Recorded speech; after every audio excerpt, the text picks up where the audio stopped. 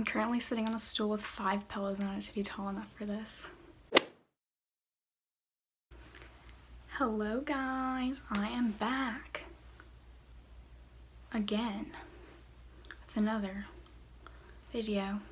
Today I'm going to be doing my coming out story because this was very highly requested.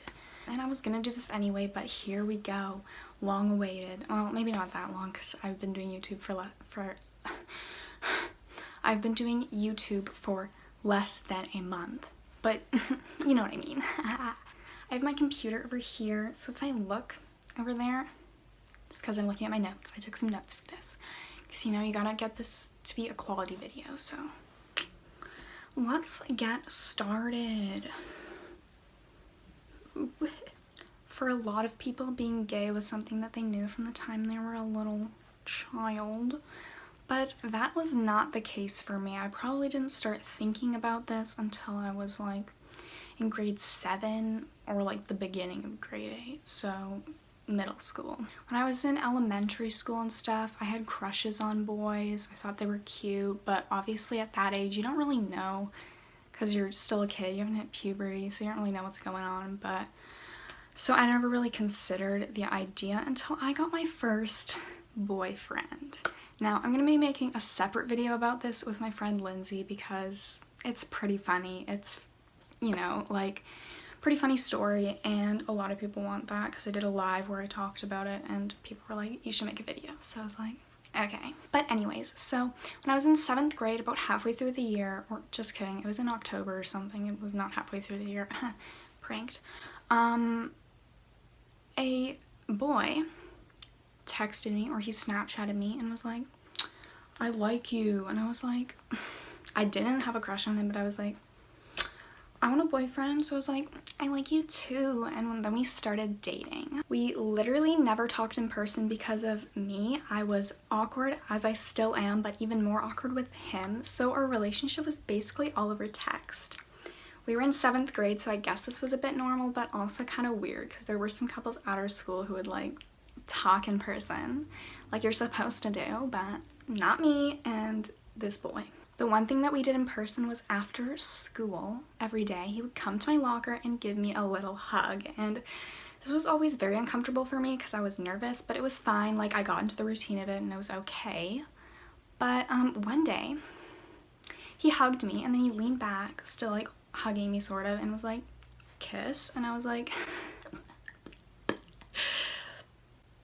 I didn't say yes or no, but he kissed me and I was like, this is okay. But the one prevailing thought I have from this experience was that his lips were very slimy, and I feel like this is not what you're supposed to be thinking about when you're having your first kiss with someone that you like, you know what I mean? So that was when I started to be like, this ain't it. So after that first experience, every day he'd hug me and then kiss me after school, and like I was like, I'm not a huge fan of this. And me and my friend would go home from school together, so after school every day I would rush her so that I didn't have to kiss him. So we'd go to our lockers and I'd be like, hurry up, like let's go, and we'd run out before he came to my locker, and then he'd text me and be like, where are you? And I was like, oh sorry, I had to leave really fast. So that's me, that's what he did. Love it.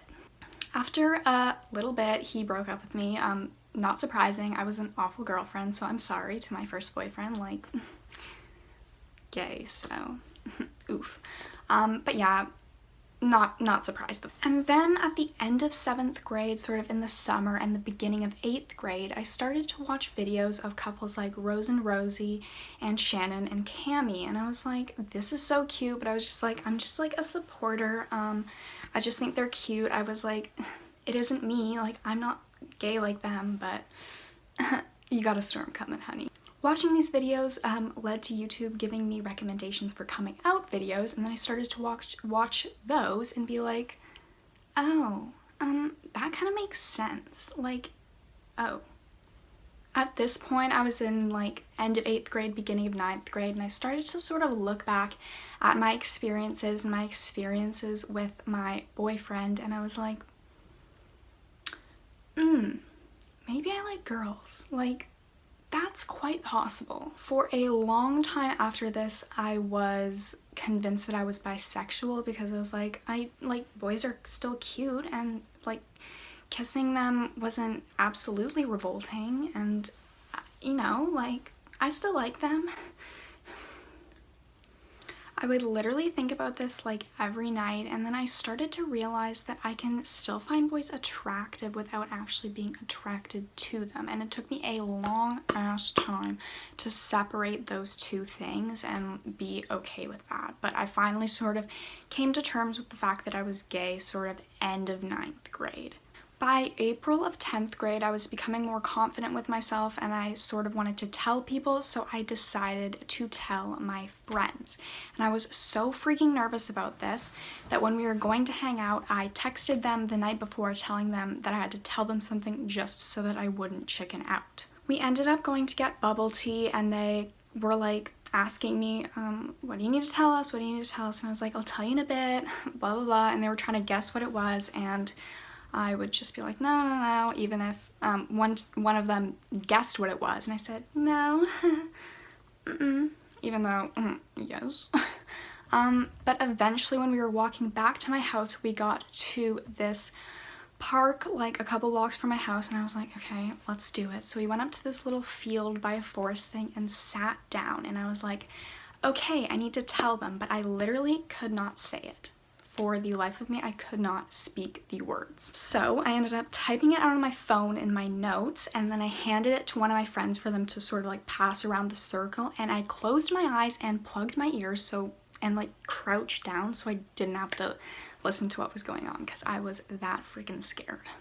My friends sort of like tapped me on the shoulder and were like, it's okay, and they all hugged me and said that that changed nothing, and I just started to cry because I was so freaking relieved. And my friends have been nothing but supportive and amazing since, and I just seriously love them so freaking much.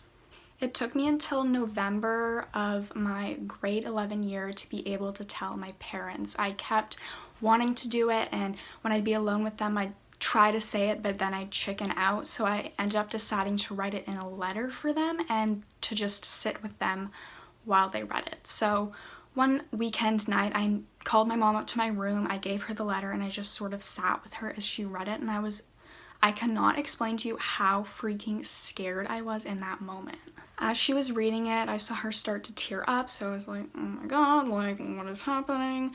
But then she finished and she hugged me and said that everything was still the same and she still loved me the same, and I started to cry again because I'm emotional, but yeah, she was also incredible. And then a couple days later I did the same for my dad with the same letter, and he read it as well, and same reaction, said that it changed nothing and that they supported me and everything. So I'm very, very thankful for my parents. And if you guys don't know, I have a younger brother and an older sister, and I was too scared to tell them myself, so I got my mom to do it, and both of them were just kind of like, okay, and sort of just went about their days as normal. I'm seriously so thankful for my family as well. I could not have had a better reaction from them. They're seriously incredible. As for at school, I never really made a huge announcement. I just sort of put the little pride flag emoji in my bio mid-2018 and let people figure it out themselves. I was open to telling people if they asked me, but nobody really did. I just kind of became common knowledge.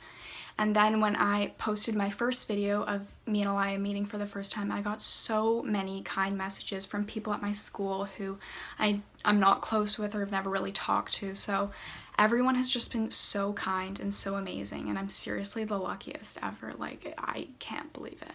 At this point, I'd say I'm pretty much completely out, although I do still sometimes struggle with being confident about it, but I'm getting prouder and more confident every day, and that's just a process that anyone has to go through because it's hard. And I know that this is something I'm going to have to do every single day of my life. Every time I meet someone new, I'm going to have to come out to them, and it'll get easier as time goes on. But yeah, I mean, that's just life. Coming out and being able to live my life authentically is something that I didn't think I would be able to do until I was in university, and I'm still shocked that I was brave enough to do that. And like, I'm so thankful that I did though, and that I'm able to live my life how I truly want to now, because it's seriously so rewarding and so much easier to not have to hide a huge part of who you are every day. Coming out is the hardest but also the most rewarding thing I've ever done in my life, and I am very thankful to have been able to do it and to have had such a wonderful reaction from all the people that are close to me. Like, I know I'm very lucky in that not everybody is as privileged as I am in that sense. If anyone is watching this who is struggling with their sexuality or coming out, just know that I'm always here for you, and you can DM me on Instagram or comment down below or message me on Tumblr or Twitter, and I'll try to help you as much as I can, although I'm not an expert. And I guess my little tidbit of advice for you guys is to make sure you're in a safe space and that you're completely comfortable in coming out before you do it, because it's such a hard thing to do, and it's even harder if you're not yourself completely ready. And I know that a lot of people out there have families or friends who aren't accepting of it, and I feel so terrible for that. And if that's the case for you, then maybe just wait until you're not financially dependent on your family to do it, just in case, because anything can happen, you know. I can tell you though that when you do come out, you're going to feel so much better and so much happier. Like, I just feel like before I did, I was so worried and I was tiptoeing around everything I said. Now I'm able to just live as myself, and it's just such a weight off your shoulders. So if you can and you're ready to come out, I say do it, because it's seriously so amazing. I hope you all enjoyed my coming out story. It's not the most exciting, but I hope it could help you in some way. And if anyone has any questions or things I didn't cover or needs any advice, please comment down below, because I would love to help as much as I can. And I also want to say thank you for all the support I've been getting on my videos and for everyone subscribing. You guys are amazing. This is seriously the craziest thing that has ever happened to me. Like, I still can't believe it's real. I'm blown away. Like, this is wild. So thank you guys so much for watching and for supporting me, and I will see you next Wednesday for a new video.